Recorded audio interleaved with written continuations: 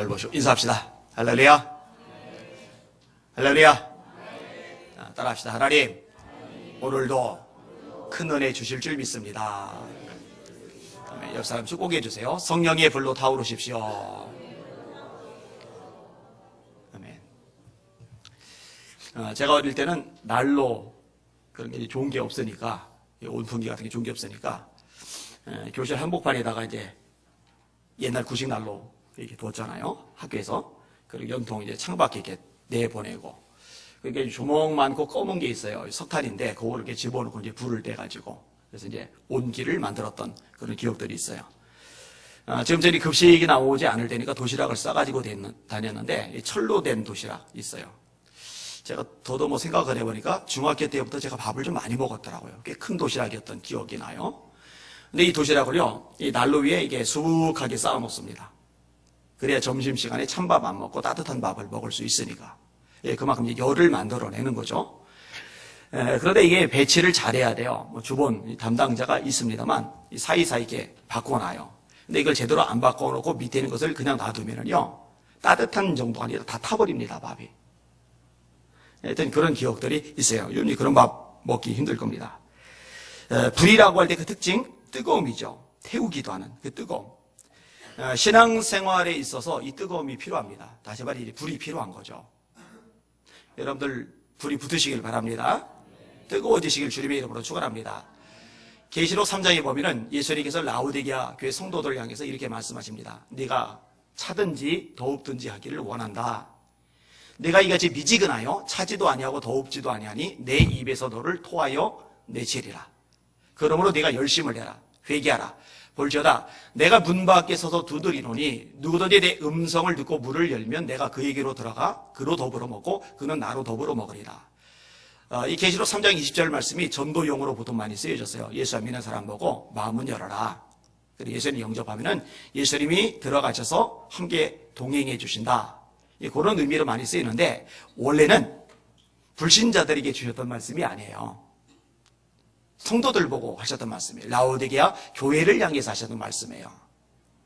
예수님을 문 밖에 세워두고 있는 거예요. 문을 열라는 거예요. 그럼 주님이 동행하시고 함께 하시겠다는 거예요. 교제를 나누시겠다는 거예요. 왜 문 밖에 세워두고 계시다고 성경은 말씀을 하고 계실까? 입으로는 주님이라고 부르는데 신앙 열정은 없는 거예요. 미지근한 거예요. 그래서 주님이 말씀한 거죠. 회개하라고. 차든지 더웁든지 하기를 원한다고. 지금 시대를 라오디게아 교회 시대다 이렇게 묘사를 하기도 해요. 왜냐하면 그만큼 오늘날 성도들의 신앙 열기가 미지근하거든요. 미지근하거든요. 여러분 미지근한 사람들은요 영적 관심이 없어요. 잃어버린 영들 지옥 가든 말든 뭔 상관이에요. 그죠? 지금 시대가 막 악으로 치닫고 동성애가 한국을 삼키려고 이슬람 세력이 대한민국을 막 집어 넘기려고 하는데 뭔 상관이에요. 뭔 상관. 관심이 없어요. 관심이. 교회가 부흥이 되든 안 되든 뭔 상관이요. 관심이 없어요. 옆에 있는 형제와 자매들이 우리 가족들이 신앙생활을 정말 열정적으로 해야 되는데 뭔 상관이에요. 좋은 학교 가고 장가 가고 자식 낳고 성공하고 출세하고 돈 많이 벌고 집 사고 사 사고 이런 데는 관심이 굉장히 많은데 영적인 면에서는 그냥 아무렇지도 않은 거예요. 그게 다 미지근한 사람의 특징이거든요. 근데 예수님이 말씀하는 거예요. 차든지 더웁든지 하기를 원한다. 네가 이같이 미지근하여 차지도 아니하고 더웁지도 아니하니 내 입에서 너를 토하여 내치리라. 그게 예수님을 문 밖에 세워두고 있는 거죠. 여러분 오늘 본문에 보면 예수님이요 정말 간절히 원하시는 소원이 하나 있으신데 제 가슴에 여러분 가슴에 불 붙는 거예요. 내가 불을 땅에 던지러 왔노니 이 불이 이미 붙었으면 내가 무엇을 원하리요. 여러분 주님 마음 시원하게 해드리는 복된 성도 되시기를 주님의 이름으로 축원합니다. 네, 불이 붙으셔야 돼요. 오늘 설교 제목 따라합시다. 땅에 불을 던지러 오신 예수님. 한 번 더요. 땅에 불을 던지러 오신 예수님. 아멘. 옆 사람 보고 웃으시면서 인사 좀 해보세요. 우리 불 붙읍시다. 아멘. 이 불과 관련해서 조금 성경을 가지고 폭이 넓게 한번 생각을 해볼 겁니다. 몇 가지로 나눠서 말씀을 나눌 것인데 첫째로 따라합시다. 재물을 태우는 불. 이 제물을 태우는 불 생각하면은요, 제일 먼저 생각나는 게 열왕기상 17장의 내용입니다. 거기 보면 엘리야가 등장을 합니다. 그 당시는요, 영적으로 깜깜한 시대입니다. 아합이라는 왕이 나라를 통치하는데 이 왕만큼 형편없는 왕이 없어요. 그 아버지가 오므리인데 오므리가 정말 역대 왕들 중에 최악이었는데 그 최악이었던 아버지 오므리를 능가해버린 왕이 아합입니다.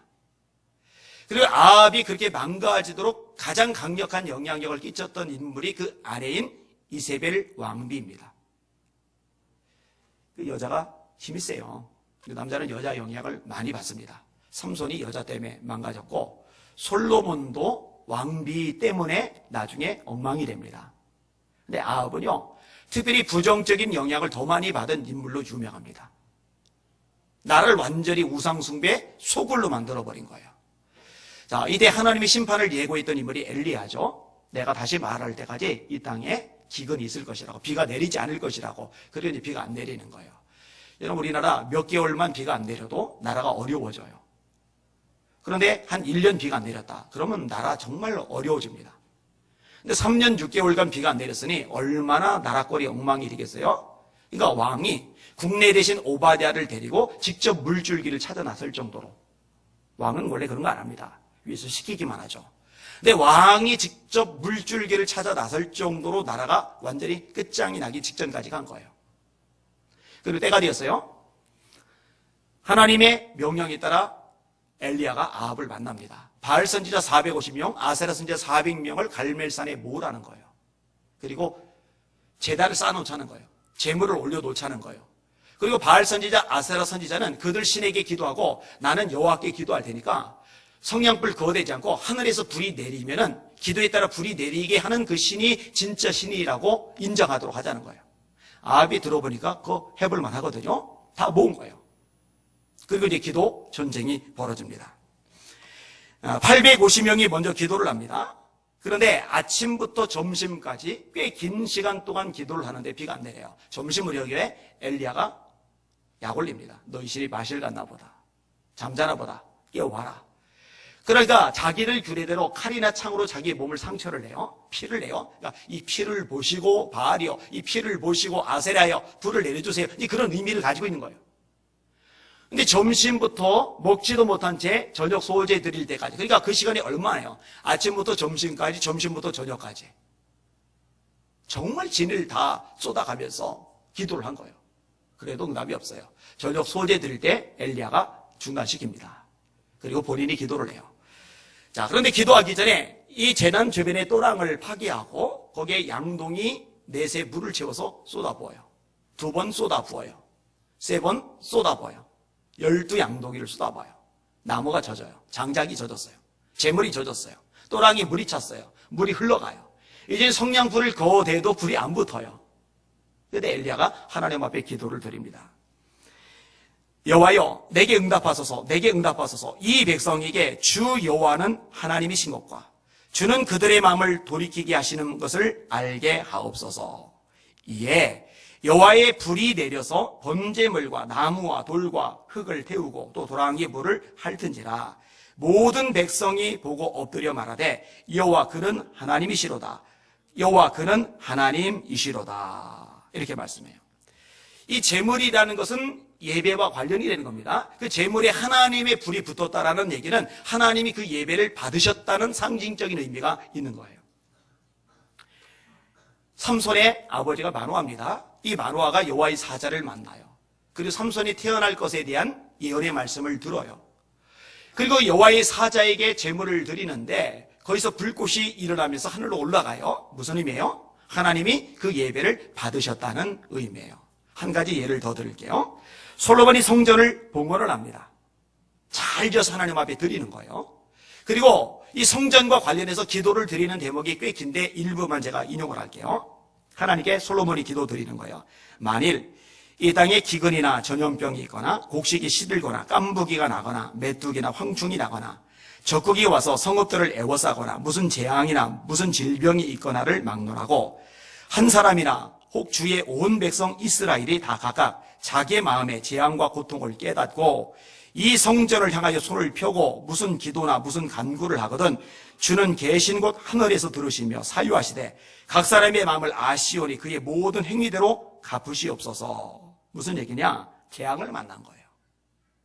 인간적인 수단, 방법, 노력으로 뚫고 나갈 수 없는 너무 극심한 고통 속에 빠진 거예요. 그때 성전을 향해서 기도를 드리면 하나님이 그 기도 들어주시고 그 사람을 그 고통에서 벗어나게 해주세요. 그 기도를 드린 거예요. 이건 국가적으로도 마찬가지예요. 심지어는요, 이방인을 향해서도 그런 기도를 드려요. 심지어는 나라를 빼앗기고 나서도 그렇게 해달라고 솔로몬이 기도를 드려요. 이런 기도의 내용을 아주 길게 기도를 해요. 그 기도가 끝났을 때 하나님이 역사하십니다. 역대하 7장 1절에요. 솔로몬이 기도를 마침에 불이 하늘에서부터 내려와서 그 번제물과 제물들을 사르고 여호와의 영광이 그 성전에 가득하니 여호와의 영광이 여호와의 전에 가득하므로 제사장들이 여호와의 전으로 능히 들어가지 못하였다. 그 번제물을 살라버린 거예요. 무슨 얘기요? 하나님이 그 예배를 받으셨다는 거죠. 제가 자주 강조하는 내용이 있는데요. 여러분들 예배를 드리러 오실 때 은혜 받으러 오시면 안 돼요. 다시요. 여러분 예배 드릴 때 은혜 받으러 오시면 안 돼요. 여러분들이 예배를 드리는 목적은 은혜를 받는 게 아니에요. 그거는 다 두 번째예요. 여러분이 예배를 드리는 목적은요, 그 예배를 하나님이 받으시게 하는데 근본적인 목적이 있어요. 할렐루야?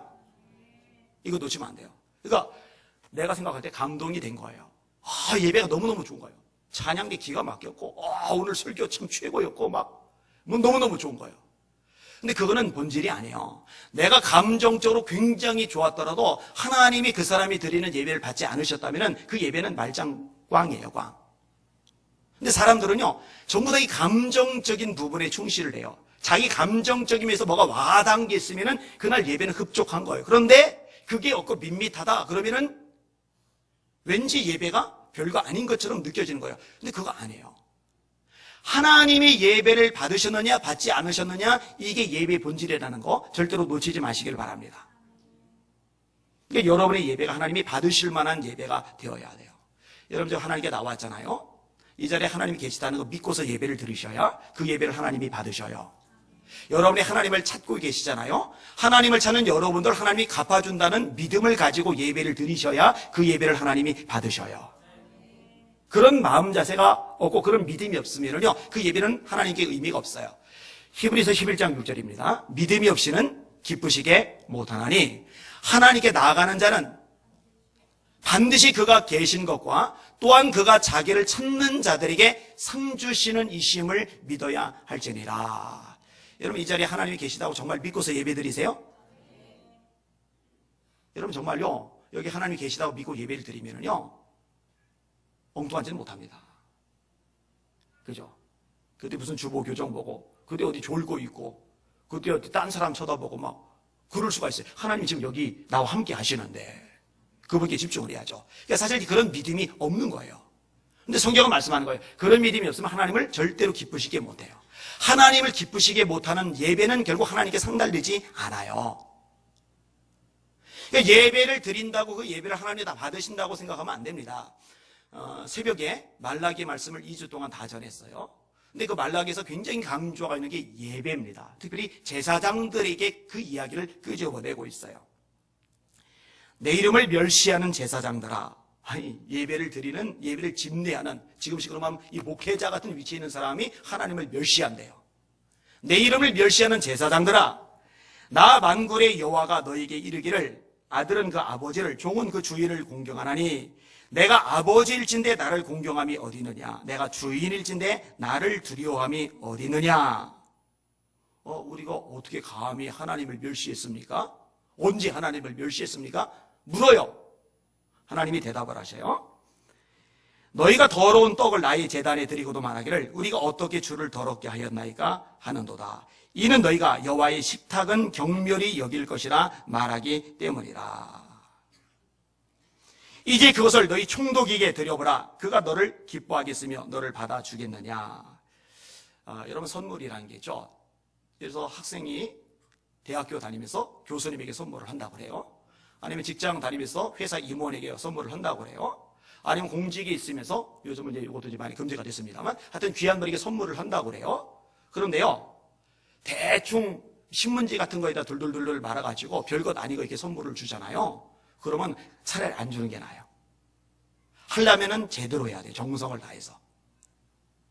그렇게 대충 하는 거는 안 돼요. 그런 얘기를 하는 거예요.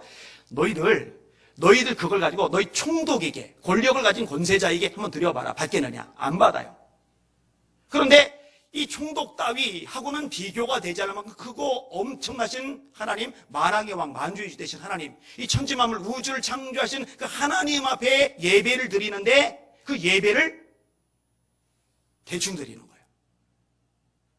총독도 대충 드리는 거 안 받을 텐데 하나님 앞에 대충 드리는 거예요. 특별히 그 중심에 누가 있느냐? 제사장들이 있는 거예요. 제사장들이. 하나님이 이렇게 말씀하십니다. 만군의 여호와가 이르노라. 너희가 내 제단 위에 헛되이 불사르지 못하게 하기 위하여, 헛되이 예배 드리지 못하게 하기 위하여. 그러니까 그 예배 안 받으시는 거가 헛된 예배가 되는 거죠. 헛되이 불사르지 못하게 하기 위하여 너희 중에 성전문을 닫을 자가 있었으면 좋겠도다. 내가 너희를 기뻐하지 아니하며 너희가 손으로 드리는 것을 받지도 아니하리라. 성전문을 닫았으면 좋겠대요. 예배만이 아니라 그 사람 자체, 예배드린 사람 자체를 하나님이 더 이상 기뻐하지 않으신대요. 여러분, 여러분이 드리는 예배, 하늘에 불이 붙는 예배 되실 수 있기를 주의 이름으로 축원합니다. 다시 말해 하나님이 받으시는 예배가 되시길 주님의 이름으로 축원합니다.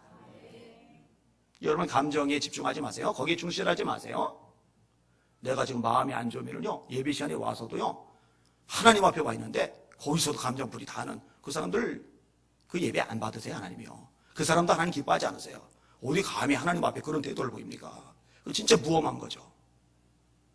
하나님이 받으실 만한 예배, 불이 붙은 예배가 되시기를 주님의 이름으로 축원합니다. 첫 번째 항목, 두 번째 부분 따라합시다. 악을 소멸하는 불.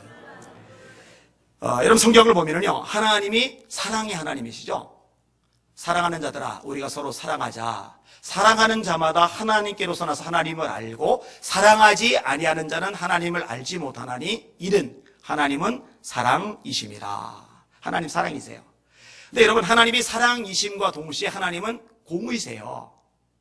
그래서 우리가 찬양할 때 예수 하나님의 사랑, 예수 하나님의 공의, 이 찬양을 부르잖아요. 그 찬양을 지은 저자가 성경을 그래도 좀 아는 분이에요. 영적 통찰력이 있는 분이에요. 왜냐하면 사랑만 언급하지 않고 사랑과 공의를 같이 그 찬양 속에 집어넣었더라고요.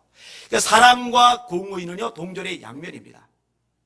하나님은 사랑의 하나님, 동시에 공의의 하나님이세요. 회개하는 자 용서하세요. 하나님께 손 내미는 자 절대로 밀어내지 않으세요. 하나님은 당신을 찾는 사람 절대로 외면하지 않으세요. 사랑이시니까. 그러나 회개하지 않으면 반드시 심판하세요. 죄를 끝없이 반복해서 지으면서도 하나님 두려워하지 않는 사람, 결국은 하나님의 무서운 진노 아래 놓이게 될 겁니다. 여러분, 소돔과 고모라 땅이 하나님을 거역하는 땅의 대명사죠. 얼마나 죄가 많습니까? 여러분, 이 롯의 가정을 건지시려고 천사들이 하나님의 파송을 받아 소돔과 고모라 땅에 도착을 해요. 남자의 모습으로 간 거예요. 근데 이 롯의 집안에 이 천사들이 들어갔을 때 이 천사 둘, 남자의 형상을 한 남자 둘이 들어가는 것을 보고 나서 이 소돔 지역의 남자들이 떼거지로 몰려든 거예요. 왜 몰려들었는지 아세요? 그 남자 둘, 들어간 남자 둘 내놓으라는 거예요.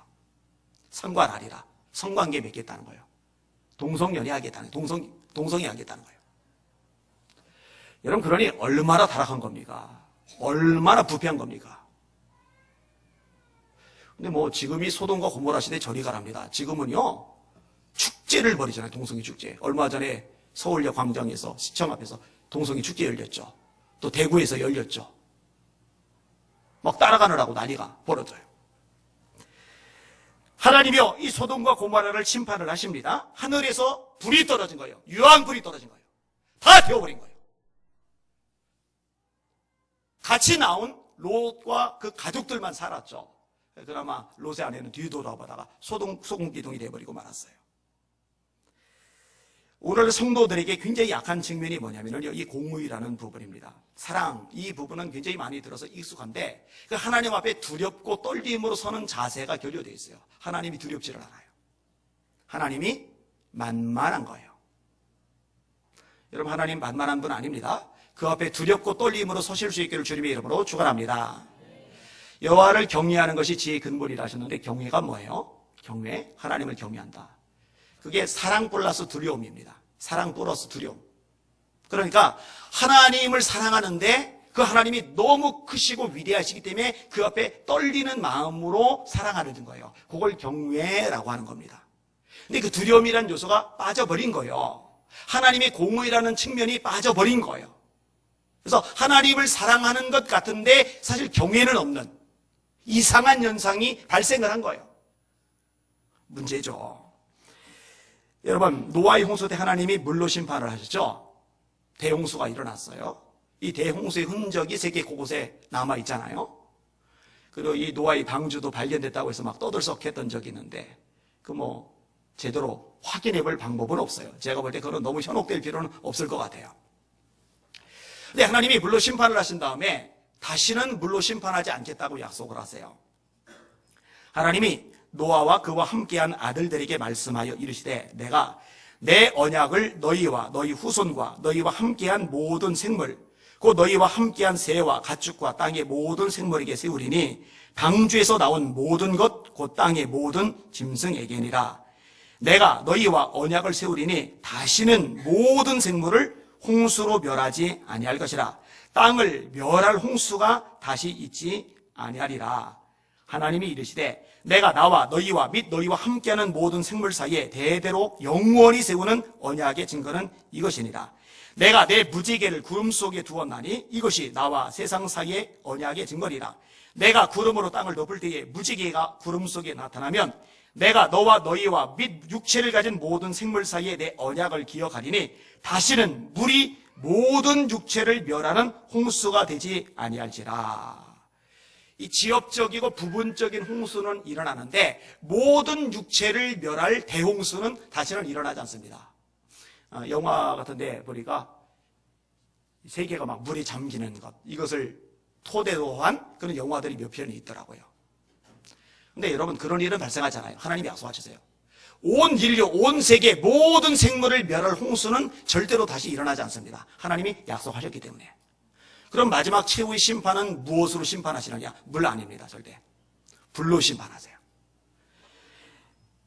베드로전서 3장 6절 말씀입니다. 이로 말미암아 그때 세상은 물의 넘침으로 멸망하였으되 이제 하늘과 땅은 그 동일한 말씀으로 불사르기 위하여 보호하신 바 되어 경건하지 아니한 사람들의 심판과 멸망의 날까지 보존하여 두신 것이니라. 불심판이에요, 불심판. 어떤 사람들은 이렇게 해석을 하려고 그래요. 지금 핵이 많잖아요, 핵이. 여러분, 지금 미국이나 러시아나 인도나 이 핵을 가진 나라들, 핵 보유국이라고 그러죠. 이런 나라들이 가지고 있는 핵의 양이 이 지구를 벌써 수없이 다 폭파시키고도 남을 만큼의 양입니다. 여러분, 미국이 이라크 공격에 들어갈 때요, 사실 핵무기를 쓰면은 순식간에 승리를 거둘 텐데 안 쓰죠. 쓰면 안 돼요. 왜냐면 쓰면 다 같이 죽는다는 걸 알아요. 다 죽어요, 다 죽어요. 그래서 불로 세상이 멸망을 당한다, 이게 핵무기로 인한 멸망이 아니냐, 이렇게 생각하고 이야기하는 사람이 있는데 그 바보 같은 소리입니다. 여러분, 하나님이, 전능하신 하나님이 능력이 모자라셔서 인간이 만든 핵 따위에 의존하셔서 불심판을 행하십니까? 이 모든 우주를 말씀으로 창조하신 하나님이 인간의 핵을 의존하지 않으면 불심판 못하십니까? 그 바보 같은 소리입니다. 그런 거 귀담아 듣지 마세요. 요즘 보니까 SNS상 메시지를 통해서요, 거기 담벼락을 통해서요, 그룹을 통해서요, 오만 잡소리들이 막 다 나와요, 다 나와 있네, 막 이상한 이론들이 막 다 나와요, 다. 근데 또 거기에 쏠깃해가지고 넘어가는 교인들이 생각보다 많아요. 제가 막 깜짝 놀라요, 깜짝. 이런 말세의 징조 중에 하나가 뭔지 아세요? 사람들이 자기의 사욕을 따를 스승을 많이 두고 그 귀를 진리에서 돌이켜 허탄한 이야기를 쫓으리라. 허탄한 이야기잖아요, 진짜로. 근데 허탄한 이야기를 쫓아가요. 말씀대로 돼가는 것 같아요. 다시 원점으로 돌아갑니다. 심판, 이 불심판이 있어요. 여러분, 예수님의 오심도요, 심판과 관련되어 있습니다. 예수님 사랑의 예수님 맞아요. 예수께서 자기가 세상을 떠나 아버지께로 돌아가실 때가 이른 줄 아시고 세상에 있는 자기 사람들을 사랑하시되 끝까지 사랑하시니라. 그런데 여러분, 예수님 역시 사랑과 동시에 공의의 예수님이세요. 그래서 요한복음 1장에 보면은 은혜와 진리가 충만하더라. 은혜와 진리가 충만하더라. 은혜는 사랑이에요. 진리는 공의예요. 같은 이야기를 끄집어내는 겁니다. 예수님이 오실 때, 오시기 전에 말라기가 예언을 하는데 이렇게 예언을 합니다. 만군의 여호와가 일어나라. 보라, 용광로 불같은 날이 이르리니, 용광로 불같은 날이 이르리니 교만한 자와 악을 행하는 자는 다 지푸라기가 될 것이라. 이거 예수님에 대한 예언입니다. 그날 예수님이 오시는 걸 예언하는 거예요. 그러니까 사랑의 예수님이 동시에 공의의 예수님이에요. 그 오시는 날이 용광로 불같은 날이에요. 보라, 여호와의 크고 두려운 날이 이르기 전에 내가 선지자 엘리야를 너에게 보내리라. 여호와의 크고 두려운 날, 메시아의 날이에요. 근데 크고 두려운 날이에요. 그 전에 엘리야를 먼저 보낸대요. 먼저 오리란 엘리야가 누구예요? 그게 세례 요한이에요. 예수님이 말씀하시죠. 다시 오리라 한 엘리야가 곧 이 사람이다. 세례 요한과 같이 말씀해요. 엘리야, 세례 요한을 말하는 거예요. 그러면 다시 오시는 메시아, 예수님이 오시는 그날 말하는 거 맞잖아요. 그날이 무슨 날이냐? 크고 두려운 날. 여러분, 세례 요한이요, 예수님을 소개합니다. 소개하면서 보라, 세상 죄를 지고 가는 하나님의 어린 양이로다. 구원자로 소개하시잖아요. 구원자. 그럼 구원자로만 소개하셨느냐? 아니에요. 심판자로 소개하세요. 자, 세례 요한이 소개하는 내용 제가 읽어드릴게요. 들어보세요. 나는 너희로 회개하게 하기 위하여 물로 세례를 베풀거니와 내 뒤에 오시는 이는 나보다 능력이 많으시니 나는 그의 신을 들기도 감당치 못하겠노라. 내 뒤에 오시는 이는 예수님을 말하는 거예요. 그 예수님의 신 들기도 나는 감당치 못할 자다. 그 얘기하시는 거예요. 세례 요한이. 그는 성령과 불로 너에게 세례를 주실 것이요, 손에 키를 들고 자기의 타작 마당을 정하게 하사 알곡은 모아 고깔에 들이고 쭉정이는 꺼지지 않는 불에 태우시리라. 따라합시다. 쭉정이는 꺼지지 않는 불에 태우시리라. 누가 그렇게 하신다는 거예요? 예수님이. 그러니까 예수님이 구원자이시면서 동시에 심판자시죠. 요즘 새벽에 제가 계속 강조했어요. 구원과 심판은 동전의 양면입니다. 심판하세요. 공의이세요. 쭉정이는 꺼지지 않는 불에 태우세요. 여러분, 알곡하고 쭉정이는요, 둘 다 곡식입니다. 그래서 눈으로 보면은 구분이 안 가요. 다 신학을 가진 것 같아요.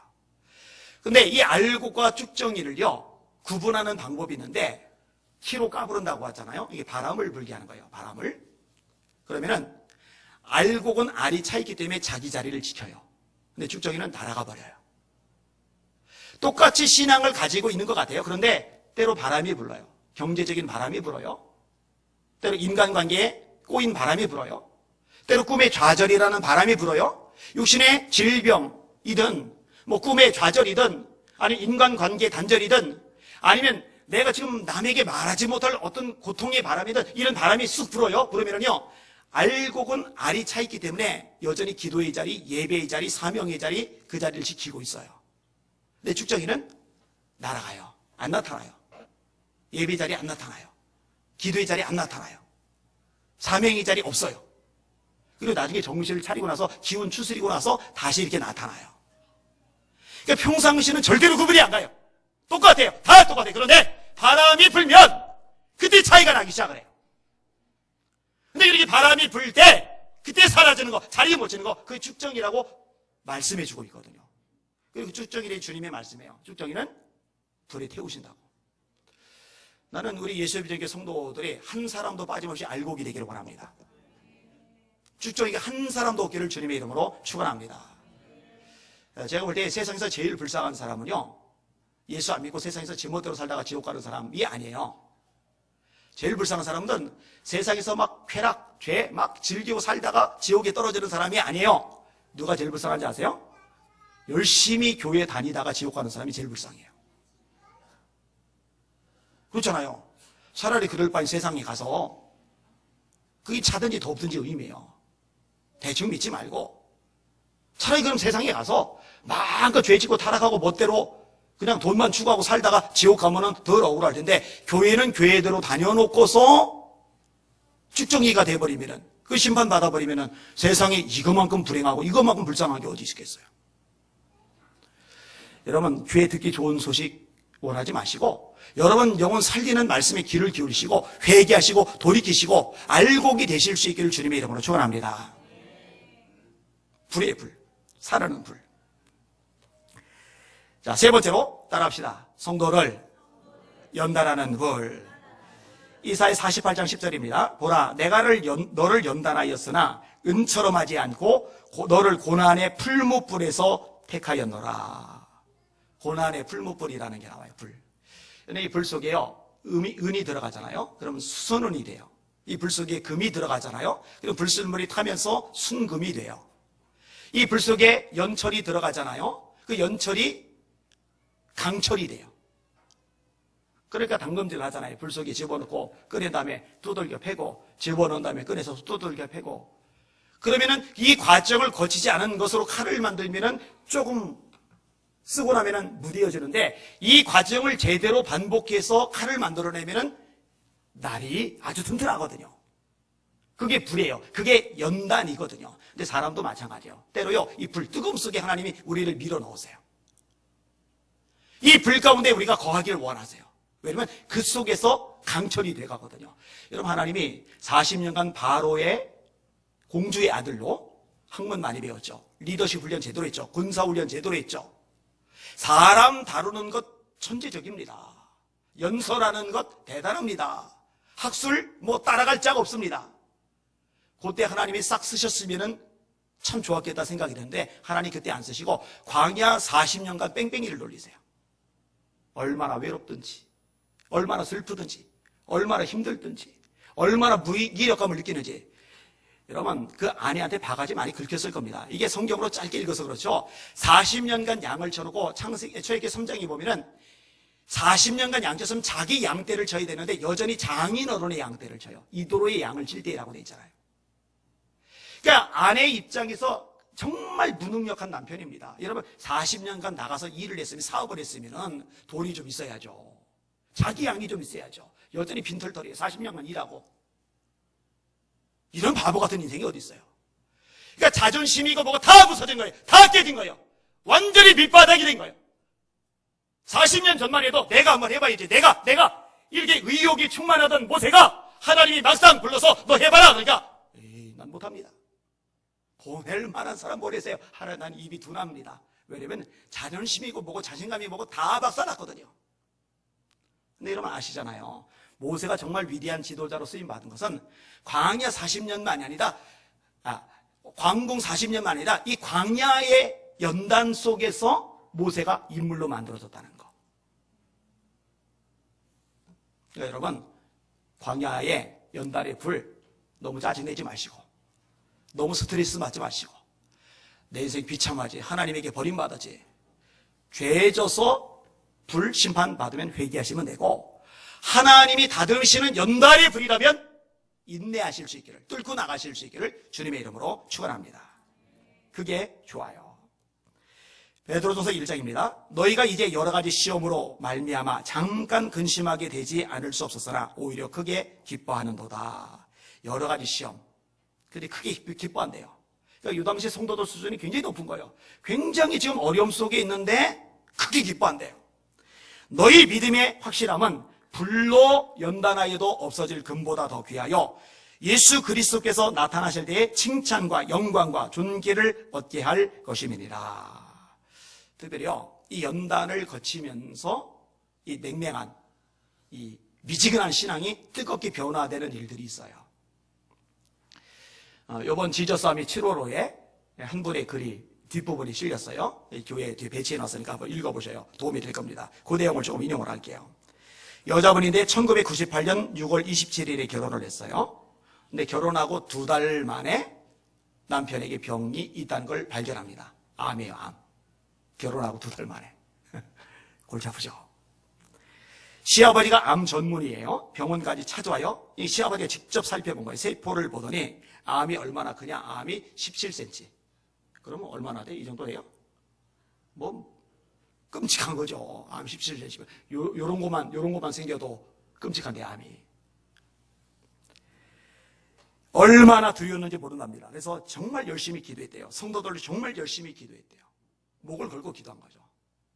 근데 하나님이 그 암을 6개월 만에 싹 고쳐주셨답니다. 할렐루야.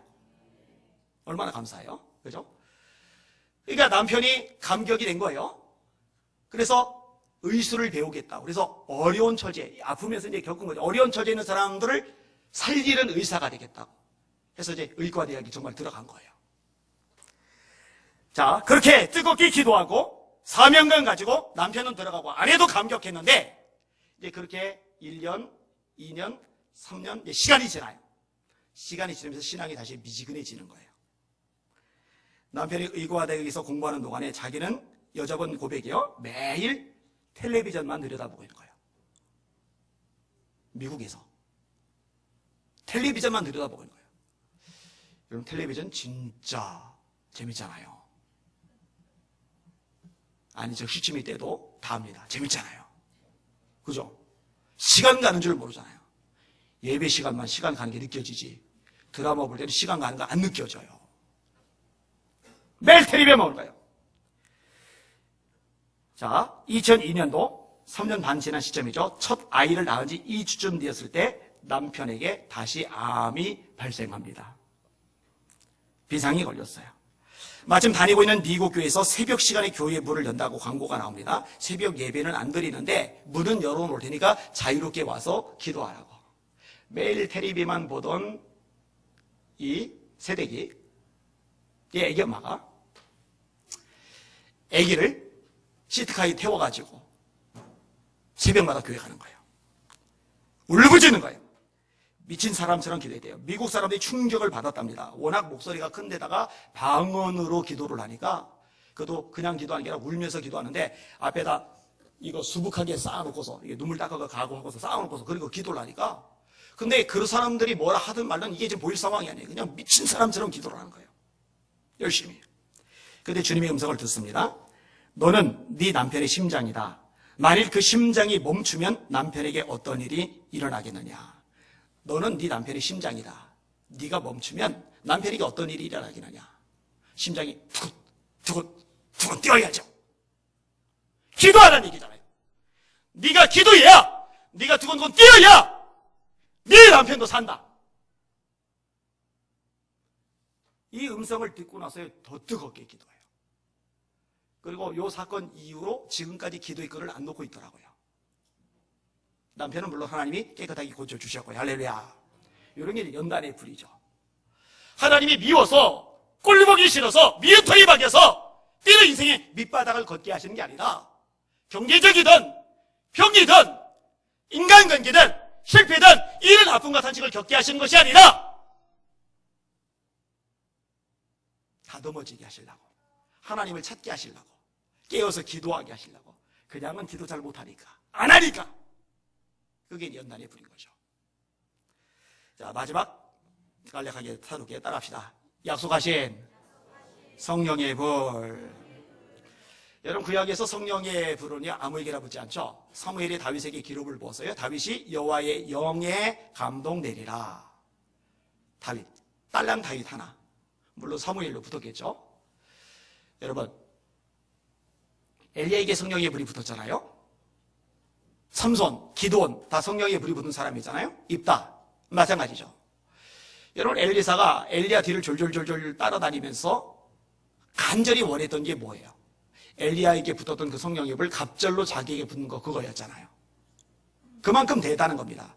하나님이 모세의 후계자로 여호수아를 세우셨어요. 모세가 하나님 제 후계자 누굽니까? 하니까 하나님이 여호수아를 말씀해 주셨어요. 그럼 왜 하필 수많은 그 당시에 젊은 인재들 잘난 인재들 많은데 왜 그 중에 하필이면 여호수아를 세우셨을까? 집안이 남보다 뛰어나서 머리 좋은 인재들 중에서도 더 머리가 좋아서 키가 크고 인물이 잘생겨서 인격 수준이 뛰어나서 그런 얘기 하나도 하나님이 안 말씀하세요. 딱 한 가지 말씀하세요. 여호수아 그는 나의 영에 감동된 자다. 성령 충만하다는 얘기예요. 성령의 불이 붙었다는 얘기예요. 여러분 예수님이 승천하기 전에 간절한 소원이 계셨어요. 그 소원이 뭐였죠? 너희는 예루살렘을 떠나지 말고 내게 들은 바 아버지의 약속하신 것을 기다리나 요한은 물로 세례를 베풀었으나 너희는 불과 성령으로 세례를 받으리라. 따라합시다. 불과 성령으로 세례받는 거. 그거 원하신 거예요. 이제 그 하늘로 올라가실 승천하실 예수님이 그 긴박하고 중요한 순간에 애절하게, 간절하게, 간곡하게 제자들 보고 말씀하는 거예요. 너들 예루살렘 떠나지 마! 엄한 데 돌아다니지 말고 모여있어! 모여서 뭘 해요? 기도하라는 거죠. 요한은 물로 세례 베풀었는데 너희는 몇 날이 못해요? 불과 성령으로 세례를 받을 거야. 너희는 위로부터 능력이 입히울 때까지 이 성에 유하라! 오직 성령이 너에게 임하시면 너희가 권능을 받고 예루살렘과 온 유대와 사마리아와 땅끝까지 이르러 내 증인이 되리라 하시리라. 할렐루야! 주님에게 간절한 마음이었어요. 근데 여러분, 예수님이 승천하실 때 갈릴리 사람들이 많이 쳐다보잖아요. 여러분, 예수님의 부활을 목격한 사람이 자그마치 500여 명 돼요. 고린도전서 15장에 보세요. 500여 형제에게 보였다고 돼 있어요. 그러면 죽음을 이기고 사신 예수님을 눈으로 봤잖아요. 그럼 그 예수님이 승천하기 전에 그렇게 애절하게, 그렇게 간곡하게 너희들 예루살렘에 모여! 기도해! 성령이 불이 될 때까지 기도해! 했으면 500명이 다 모여야 되잖아요. 와, 근데 말 진짜 안 들어요. 증거밖에 안 들어요. 우와! 120명만 모였어요. 380명은 어디 갔어요? 근데 이제 그 120명이 모여서 기도를 하죠. 사도행전 2장입니다. 제가 읽어드릴게요. 오순절날이 이미 이름에 그들이 다 같이 한 곳에 모였더니, 다 같이 한 곳에 모였더니, 따로 기도가 아니에요. 같이 모여서 함께 기도하는 거예요. 한 곳에 모였더니 호련히 하늘로부터 급하고 강한 바람 같은 소리가 있어 그들이 앉은 온 집에 가득하며 마치 불에 불이 또 나왔어요. 불에 혀같이 갈라지는 것들이 그들에게 모여 각 사람 위에 하나씩 임하여 있더니 그들이 다 성령의 충만함을 받고 성령이 말하게 하심을 따라 각기 다른 방언으로 말하기를 시작하니라. 사랑하는 예수교회 성도 여러분, 모입시다. 자꾸 모입시다. 따라합시다. 날마다 마음을 같이하여 성전에 모이기를 힘쓰고. 저렇게 대단했거든요. 엄청났거든요. 가난했는데 못 배웠는데 소수였는데 로마라는 제국을 뒤집어 엎었거든요. 인간의 능력, 인간의 힘이 아니에요. 하늘에 불이 붙었거든요. 성령의 불이 붙었거든요. 이 불이 초대교회를 강력하게 만들 줄 믿으시길 바랍니다. 근데 날마다 마음을 같이하여 성전에 모이기를 힘써요. 거기서 그 불이 유지가 되는 거예요. 여러분 잘 아는 얘기 있잖아요. 장작들 다 모아놓고 막 캠프파이어 막 불이 막 뜨끈뜨끈 막 떨어져야 돼요. 너무 뜨거워가지고 화력 때문에. 근데 그 타오르는 장작 하나를 따로 꺼내놓으면 꺼져요. 그래서 자꾸 모이는 거예요.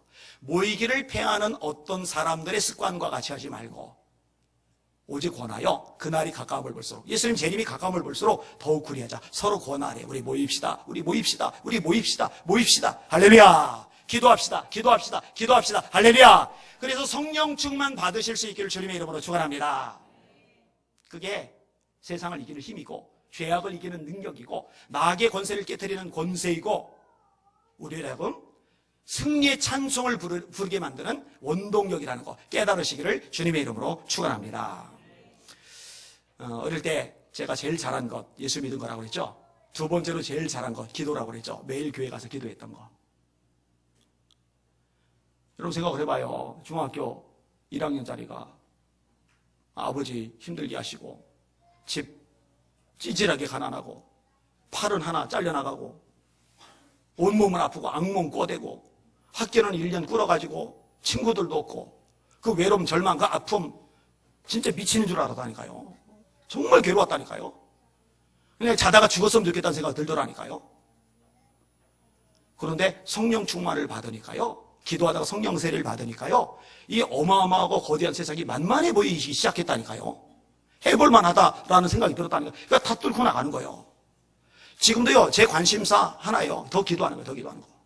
오전 시간에는 아무것도 안 해요. 전화도 안 받아요. 제 아내한테 물어보세요. 하루 종일 제가 뭐 하나. 새벽 기도 갔다 오고 나서 12시 점심 먹을 때까지 요즘 밥 먹는 시간도 밥 안 먹어요. 아내가 견과류 갈아주면 그거 먹고서 12시간까지 기도를 해요. 왜냐? 그렇게 기도할 때 성령 충만하고 성령 충만하면은 제가 이전에 할 수 없었던 일, 뚫고 나갈 수 없었던 일, 하나님의 능력으로 다 되더라고요. 해결이 되더라고요. 역사가 일어나더라고요. 이렇게 엄청나고 이렇게 대단한데 내가 뭐로 발버둥 치면서 막 그렇게 애만 쓰겠어요? 차라리 하나님 앞에 더 기도하고 성령의 능력 도우심을 받고 말지. 그래서 하나님이 성전 짓는 스룹바벨 보고도 이는 힘으로 되지 아니하고 능으로 되지 아니하고 오직 나의 영으로 된다고 말씀하셨잖아요. 우리 예수 믿게 하여튼 여하튼 성령에 불 붙읍시다. 성령에 불 붙읍시다. 끼어 기도합시다. 모입시다. 내가 불을 땅에 던지러 왔노니 이 불이 이미 붙었으면 내가 무엇을 원하리요. 말씀을 정리하겠습니다. 네 가지를 오늘 말씀드렸어요. 따라합시다. 제단을, 제물을 태우는 불. 그 불이 붙으시길 주님의 이름으로 축원합니다. 저와 여러분이 드리는 예배가 응답받는 예배, 하나님이 받으시는 예배 되시기를 예수님의 이름으로 축원합니다. 하나님이 그 계산기 하나를 주셨으면 좋겠어요. 1년 동안 드린 예배 횟수하고 그 드린 횟수 중에서 도대체 몇 번의 예배가 하나님이 받으신 예배가 되었는지를 통계로 볼 수 있는 그런 계산기 하나 주시면 좋겠어요. 자, 두 번째 따라합시다. 악을 소멸하는 불. 여러분, 이 불이 붙으면요 교회가 성결해집니다. 악이 소멸되기 때문에. 이 대한민국 가운데도 이 불이 필요해요. 자, 세 번째 따라합시다. 성도를 연단하는 불. 우리를 다듬어지게 만들고 하나님 앞에 매달리고 기도하게 만드는 이 불. 네 번째로 따라합시다. 약속하신 성령의 불. 초대교회 이 불이 활활 타오르잖아요. 여러분, 지금 뭐 교회가 어려운 시대, 안 되는 시대 그래도요, 미국도 마찬가지고요, 유럽도 마찬가지고요, 지금도 성령의 불이 붙은 교회들은요, 하나님의 역사가 일어나더라고요. 여러분, 이 독산동에 이 금천구에 우선적으로 예수 비전교 보면서 와, 저기에 불 붙은 교회 소문나길 바랍니다. 이 교회에 붙은 성령의 불이 이 서울까지, 이 대한민국까지, 세계까지 번져나갈 수 있는 그런 교회가 된다면 얼마나 좋을까. 그렇게만 된다면 이거는 담임 목사 혼자서 바둥된다고 될 일이 아니에요. 저와 여러분의 한마음이 돼서 이 교회 성령의 불이 강력하게 붙기를 기도할 때, 그리고 그 기도가 응답이 될 때 하나님이 그 역사를 얼마든지 우리에게 보여줄 줄 믿습니다. 그것을 경험하는 저와 여러분들 되시기를 예수님의 이름으로 축원합니다. 아멘. 기도하겠습니다. 합심하여 가시길